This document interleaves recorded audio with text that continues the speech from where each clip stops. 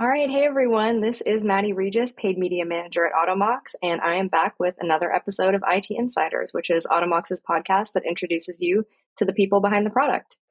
So, this episode, we're talking about how data can assist with endpoint management, which might not sound like the flashiest topic, but we've got two fun guests today, so I think you'll learn a lot and maybe have some fun along the way. Our first guest, you might know him from another one of our pods, the Product Talk podcast, Peter Pflaster. He is our Senior Manager of Product Marketing.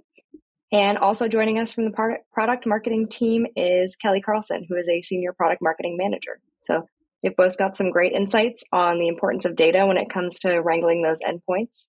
Thanks so much for joining, guys. Yeah, thanks for having me. Yeah, happy to be here.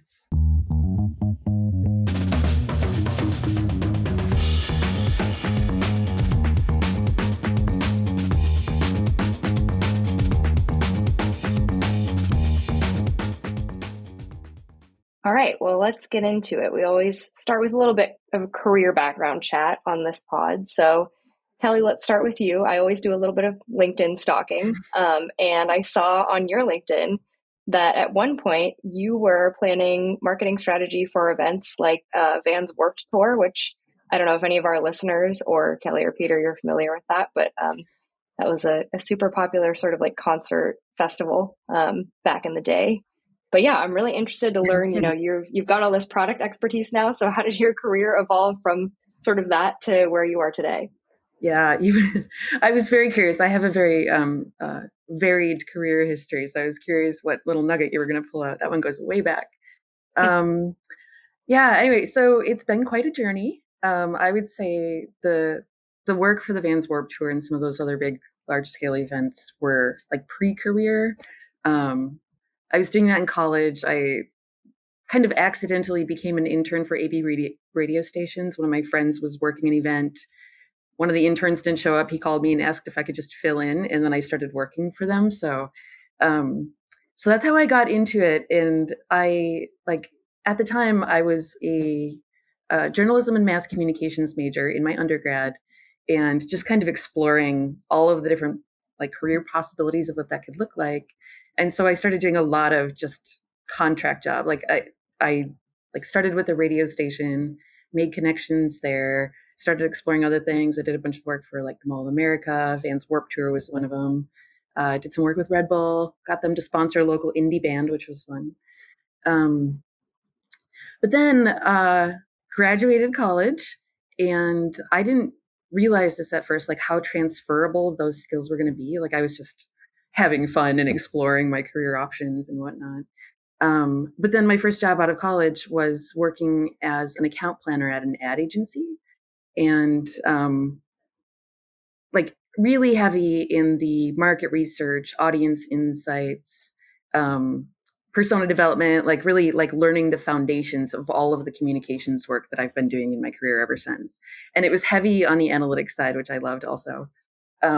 So anyway, I did that for a while, worked for a bunch of different brands. Fast forward to about 8 years ago or so. And everything that I learned from like the advertising and brand needs, from companies who were trying to promote brand loyalty. And like, fast forward to about 8 years ago, I was offered a position to lead marketing at a tech startup for a color management software. So it took all the background that I already had in understanding like brand needs and advertising needs for color management and brand identity and whatnot. But then I got to like jump in and learn the technology side of software, which is a first for me. And I fell in love with it, and I've been doing it ever since. I've worked for tech startups for the last roughly 8 years, all SaaS-based. I love that it moves fast and constantly learning new things. All the things that I learned in my early career also apply today. So that's how I got here. Awesome. I love it. Yeah, I think I'm sure that all of the agency work actually applies really well to SaaS when you have to learn different softwares and really understand the nuances of each product. So yes, yeah, super cool. Yeah, it's been fun. All right, Peter, we'll kick it over to you. I know you've got some epic experience prior to Automox. Just I had to get that pun in there. So yeah, tell me about your career. Yeah. Yeah, I like how you built that into the script as well. Not to call you out publicly on the podcast, but a little bit to call you out. So I'm glad you're looking forward to that joke. Um, yeah, I'm a Midwesterner. I started, my life and then continued it on in the Midwest. Went to school in Wisconsin and then ended up staying out there with Epic. So, in college, just going really far back, but in college, like my whole family are involved in medicine pretty much. Like my grandpa was a doctor, my grandma was a nurse, and both my parents are in medicine, and many of my aunts and uncles as well. So that's kind of just what I assumed I would do.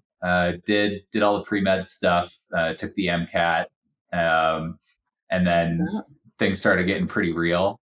Started to think about applying places, and then like the realization of potentially spending the next 4 to 8 years continuing my education and doing college more did not sound super appealing. And kind of changed course, but wanted to stay in medicine, but was interested in technology as well. So ended up working at Epic for about 4 years, doing software implementation, essentially for medical records software. So if you go to the doctor, probably I think our stat when I changed jobs and came over to Automox was like 90 something percent of people in America have a medical record on Epic. So more likely than not, like you've probably seen it at your doctor's office or in the hospital. So was really more on the technical side. Came over to Automox to do technical product marketing, like demos, demo environment, all things technical essentially, and then eventually took the team over. So that's been the last 10 or so years of my life, basically. 10 years summed up into like 3 sentences, right? Yeah. Awesome. I love it. Well, yeah, you guys have a lot of technical expertise, a lot of adaptability, I would say, in both of your careers. So we definitely value all of your product expertise. I know I do, because I can definitely get myself in a little bit of trouble when it comes to IT stuff. I think I know just enough to sort of be like, oh, okay, what do I do now? But let's talk a little bit about our topic for this month, which is data-driven endpoint management. So obviously there's tons of different data points that anyone can collect on managing endpoints. So what would you all say are like the top 3 most essential points for those that are in IT managing endpoints day to day? And Kelly, I'll kick it over to you first.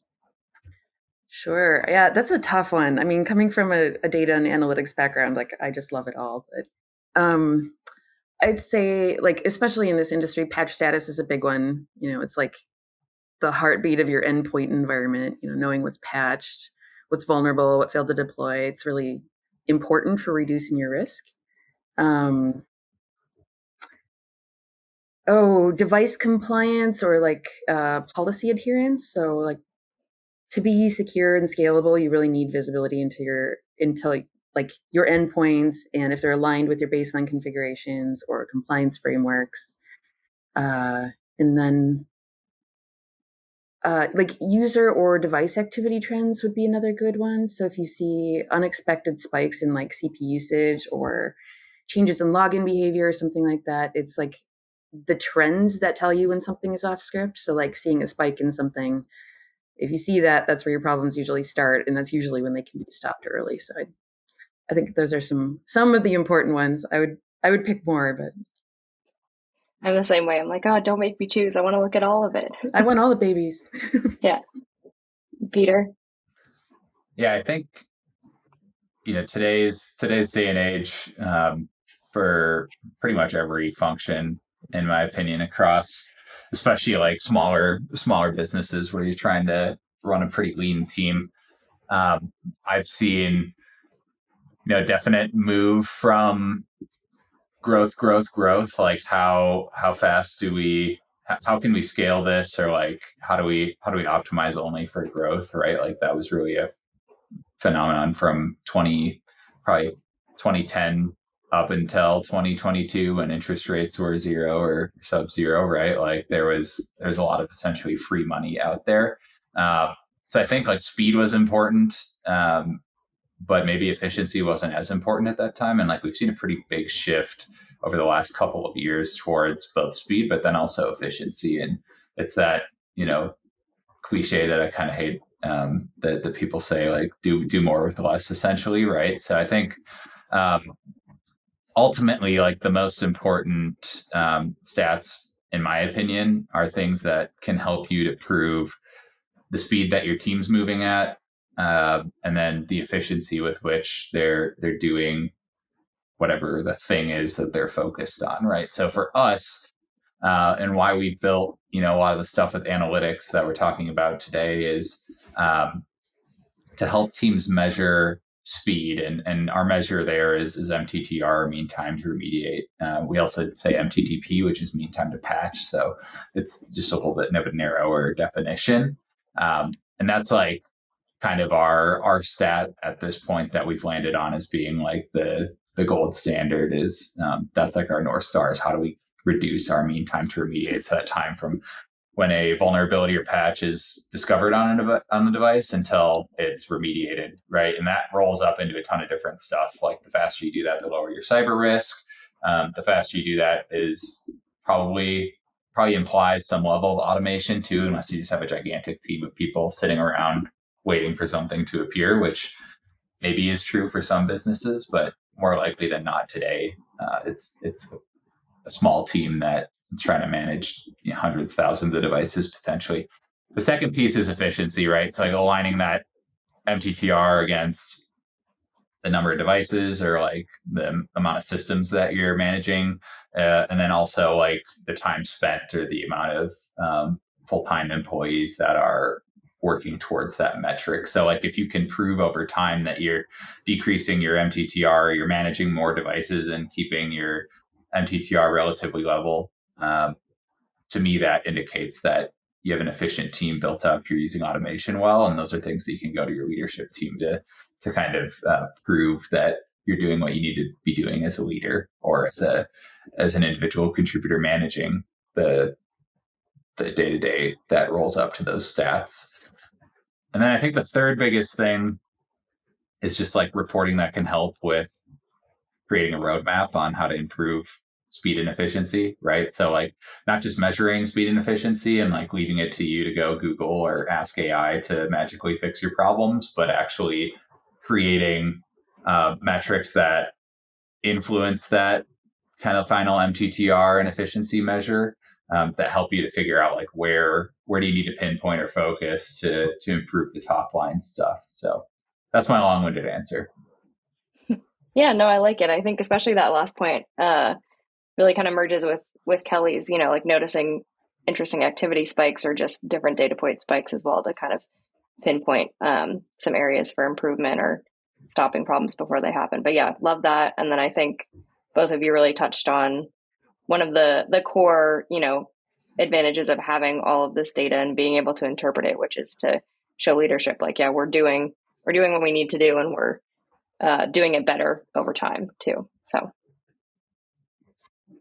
now with that same sort of topic, obviously there's lots of different endpoint management products out there. There's lots of different ways to slice and dice the data. There's lots of different ways for like the user experience within the product to report on that data. So what do you all recommend IT pros look for in reporting capabilities? Like what's some like maybe must-haves and some nice-to-haves when you're, shopping around for these products?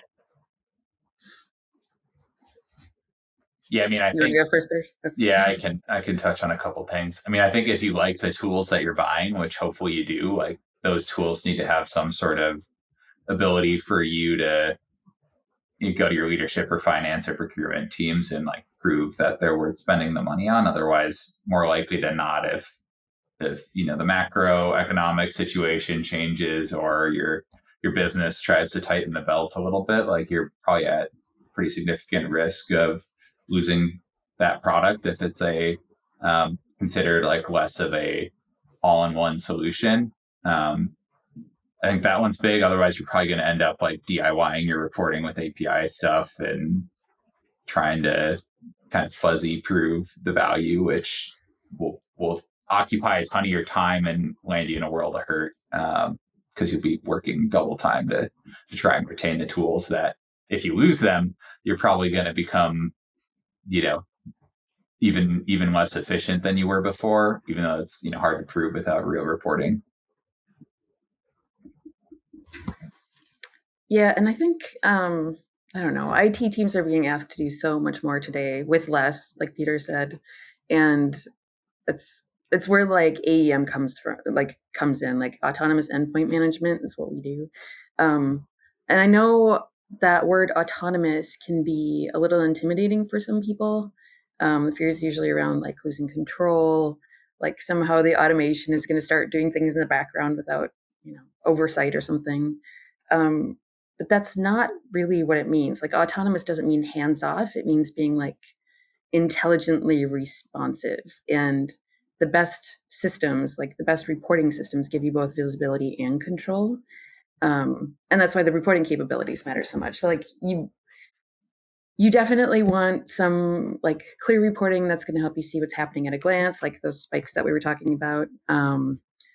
It needs to be like, it's really important that it's at least near real time. Like you don't want to be reacting to stale data, and like it's not going to be effective that way. And then a really big one is actionability. Like if you need to be able to go from like insight to fixing it with just in a few clicks. So like the reporting becomes really, really important there, because it shouldn't just show you what's happening. It should help you decide what to do next. And it should also point you to the direction of where the issues are so that you can resolve them. So like, I don't know, visibility is really, really important. Like autonomy without visibility is dangerous.